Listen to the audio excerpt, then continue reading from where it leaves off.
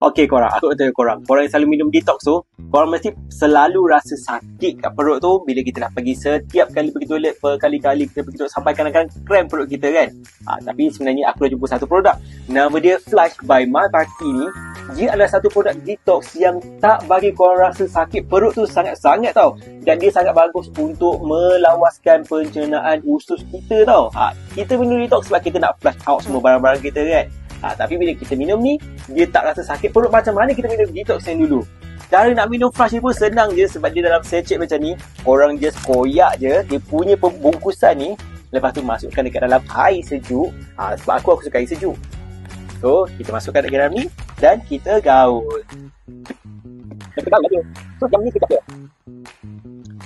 Aku suka minum flush ni sebab apa? Sebab dia rasa blueberry, tapi dia tak manis macam produk-produk yang lain tu. Kemudian dia ada fiber dan juga probiotik yang bagus untuk menjaga usus dan pencernaan kita.